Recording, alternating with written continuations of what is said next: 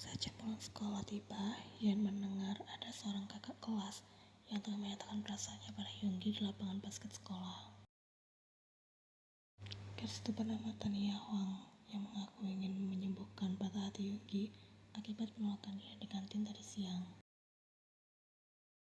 Kalau kamu menerima bunganya, artinya kita resmi menjadi sepasang kekasih, ucap Tania dengan senyum manis sembari membawa paket bunga mawar.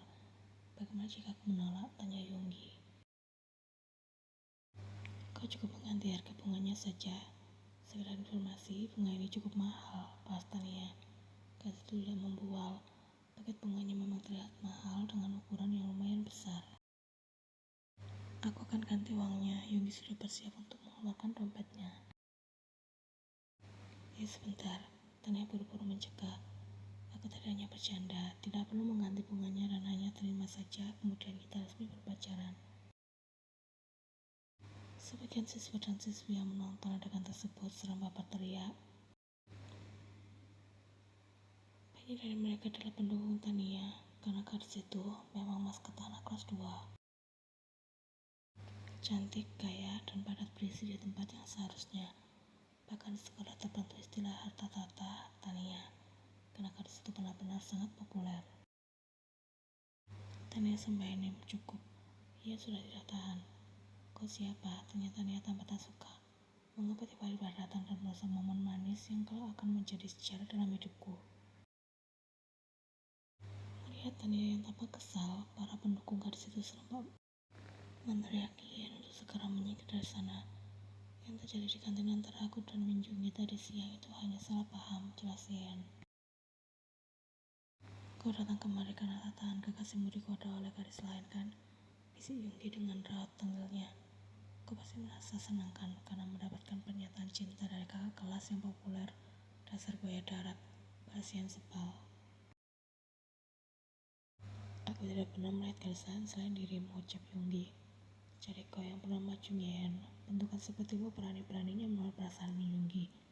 Tania menelisik penampilan Yan dari atas hingga bawah dengan pandangan menilai.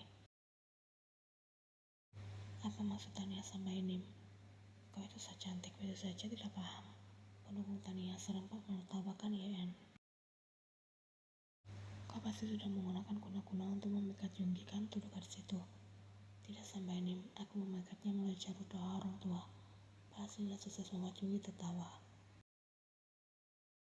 Yan tidak salah bicara, memang ibunya kerap kali berharap dan berdoa agar Yan bisa aku dengan Yonggi. Setelah tak tahan mendengar gadis itu terus mengeluh tak berada di sekolah yang sama dengan Yonggi. Berani sekali kau menantang kakak kelas, seru Tania geram. Aku berani karena sama ini sudah mengganggu kekasihku, balas Yan. Bukankah kau menolongin Yonggi tadi siang di kantin? Aku menerimanya, ralat Yan. Yang terjadi di kantin tadi hanya sebagian, sisanya kita lanjut di tetap sekolah. Kita sudah resmi berpacaran sekarang. Yan sudah memeluk pinggang Yonggi di sana, sementara pemuda itu balas memeluk pundak Yan dengan senyum mengembang. Aku tidak bisa menerima perasaan Tania sama Enim karena aku sudah memiliki kekasih, ucap Yonggi. Tania yang terlanjur malu membuang paket bunga itu di dekat kaki Yonggi sebelum pergi meninggalkan lapangan basket bersama dengan para pendukungnya. Hubungan antara Yonggi dan Yan berjalan dengan awet dan damai seolah-olah masalah akan datang pada mereka. Tak terhitung sudah berapa banyak kenangan foto Yan dan Yonggi ambil serta posting di beberapa akun media sosial miliknya selama 10 tahun terakhir ini. Mereka menjalani hubungan seolah menunjukkan jika lelaki itu bangga memiliki kekasih seperti Yan. Banyak hal yang telah berubah, kini mereka bukan lagi sosok remaja yang sibuk mencari jati diri. Mereka sudah menjadi sosok dewasa dengan kepribadian matang. Berada di usia 28 tahun, Junyeon memiliki pemikiran ia selalu tertinggal satu langkah di belakang para teman sebayanya. Bahkan oleh tunangannya sendiri, Min Yoongi, lelaki itu selalu terlihat tampan dan keren dengan seragam pilotnya. Pak Kaun juga sudah sukses menjadi seorang model profesional dengan banyak job. Ucapan kawan saat SMP dulu akhirnya terwujud juga, memiliki sebuah hunian yang besar di kawasan elit dan beberapa mobil mewah berkat jerih payahnya. Sementara Chung Yen, dia hanya bekerja sebagai salah satu staf hotel dengan kontrak kerja yang tersisa 6 bulan lagi. Ia merasa keberuntungan tidak berpihak padanya sama sekali, apalagi bulan lalu yang dikejutkan dengan berkebunnya Tania di hotel tempat ia bekerja. Ia tidak merasa heran, namanya juga hidup, terkadang di atas, terkadang juga di bawah. Namun sekalipun berada di bawah, Tania masih bertahan dengan sikap menyebalkannya yang tidak pernah berubah sejak zaman SMA. Aku dengar kau masih dengan Minyunggi sampai sekarang, celutuk Tania. Hubungan kami awet, balas Yan sembari merapikan rambutnya yang tampak sedikit berantakan. Kalian sudah berencana menikah juga kan? Iya, doakan saja semoga semuanya berjalan dengan lancar hingga hari H. Padahal lelaki seperti Yunggi masih bisa mendapatkan gadis yang jauh lebih baik daripada kau. Kumam Tania tanpa menyayangkan hal itu. Gadis itu mulai lagi dengan mulut pedasnya. Maksud Uni yang lebih baik daripada aku adalah gadis sepertimu, tanya Yen menahan kesal. Tentu saja tidak, aku sekarang sudah tidak memiliki apa-apa lagi. Aku bangkrut, mau menikah lagi. Aku merasa malu untuk mendekati lelaki sempurna semacam Yunggi, jawab Tania. Bagus kalau Uni sadar diri, balas Yen. Aku sadar diri tapi kau yang tidak. Kami berdua saling mencintai, sudahlah Uni. Jangan memulai dan membuatku sebal. Tapi serius, aku ingin mendengarnya secara langsung dari mulutmu. Memangnya aku yakin Yonggi masih setia padamu sampai detik ini. Tadi masih ingin melanjutkan. Dia laksana banyak pramugari yang cantik. Mungkin saja ia sudah kecolok satu. Kemana tahu karena lagi zaman sekarang pintar cari alasan untuk menutupi semuanya, lanjutnya.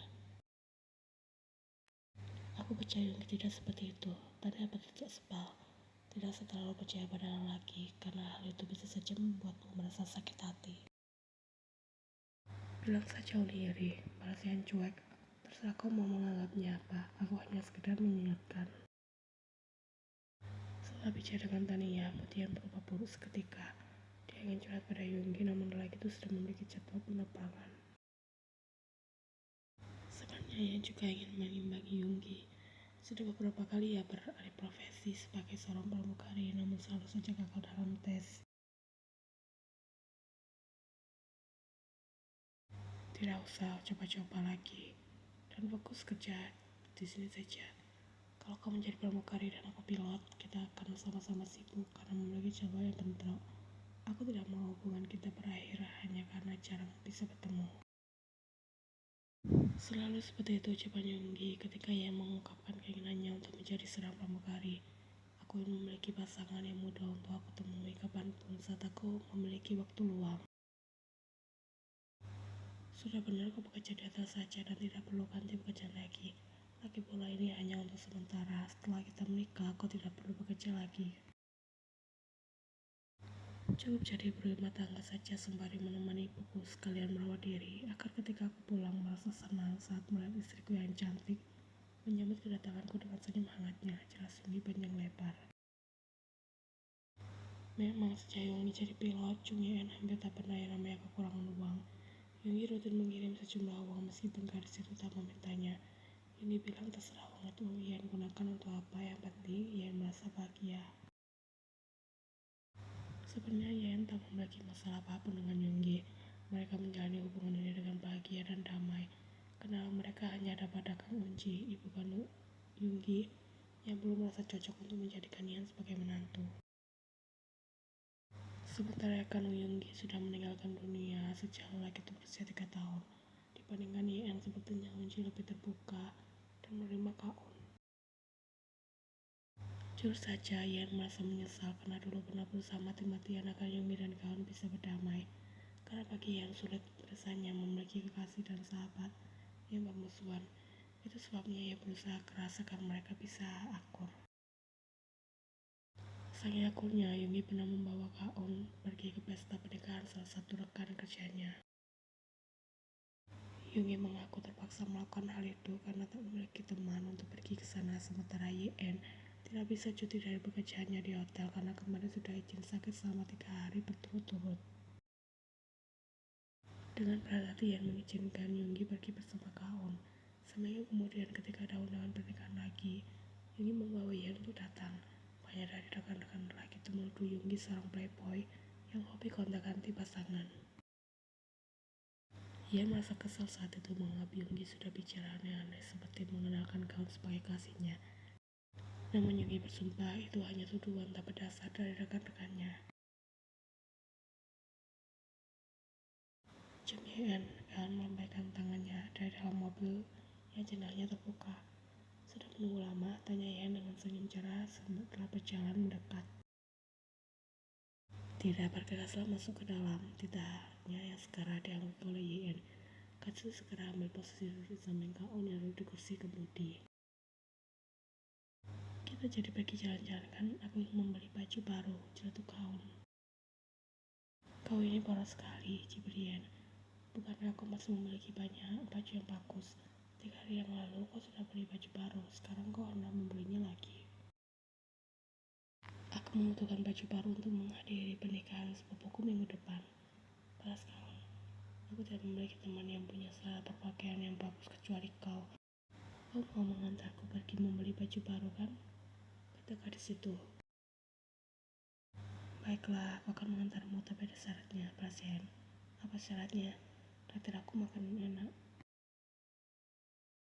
Kau sudah tertawa ringan di sana. Kau bisa memilih ingin makan di mana saja. Kalau begitu aku akan memilih restoran yang mahal, celetuk Yan. Kau mengaku setuju, terserah kau saja. Aku masih sanggup membayarnya jika itu untuk sekalipun kau ingin pergi ke restoran mahal. Itu benar, karena sekarang kau sudah sukses. Aku percaya kau bisa membawaku pergi makan di restoran manapun yang aku inginkan, tambahnya. Kau tampak tersenyum cerah. Aku merasa sangat bersyukur karena bisa membahagiakan orang tua, memberikan mereka sebuah hunian dan membawa mereka jalan-jalan ke luar negeri. Tidak lagi kekurangan biaya hidup seperti dulu. Mendengar ucapan Kaon, Yan jadi mengerawang jauh. Andai saja dulu ayah dan ibu mengizinkan aku menjadi seorang model, mungkin aku juga sudah menjadi sukses sepertimu.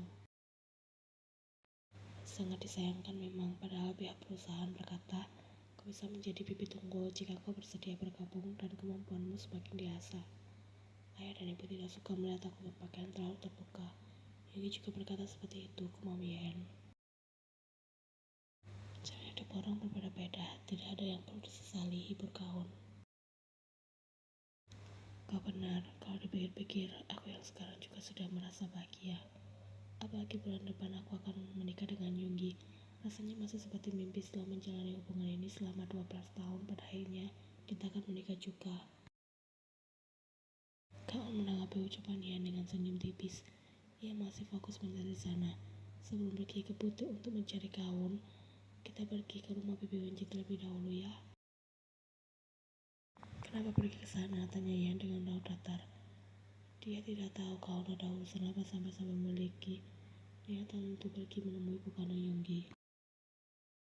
Padahal sebenarnya hari ini yang memiliki kunjungan pergi ke rumah Wenji setelah pulang kerja, namun karena ada janji dengan Kaon, ia mengirimkan pesan pada Wenji jika ia tidak bisa pergi ke sana.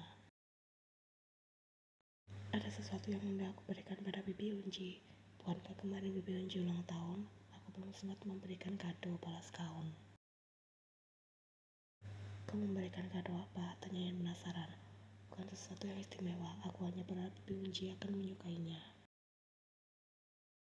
Yan ingat minggu lalu saat Wenji ulang tahun, Yonggi sedang ada tugas di luar, hingga Yan harus datang sendirian untuk memberikan kejutan. Sebuah ulang tahun dengan ukuran sedang, namun harganya lumayan menguras sisi dompet. Karena Yan tahu Wenji tipe orang yang segala sesuatunya harus berkualitas, baik itu barang-barang yang ia pakai juga makanan yang ia makan. Yan membeli kue tersebut dari sebuah toko cake and bakery yang terkenal akan kualitas unggulannya itu di tengah keuangannya yang sedang tidak stabil setelah tabungannya banyak terkuras untuk biaya sang ayah yang tiba-tiba harus dirawat di rumah sakit selama 1 minggu karena salah makan. Saat Yan datang, Wenji menyambut gadis itu tanpa senyum. Padahal Ian sudah pun menyanyikan lagu selamat ulang tahun. Ian berkata kadonya datang menyusul menunggu Yunggi pulang dari tugas. Kunci langsung mengusir Ian dengan alasan ia sedang tidak enak badan dan butuh istirahat. Meskipun merasa sedih, namun ia tetap berpikir positif jika Wonjin tidak bermaksud mengusirnya dari sana bahkan sebelum Ian masuk ke dalam rumah.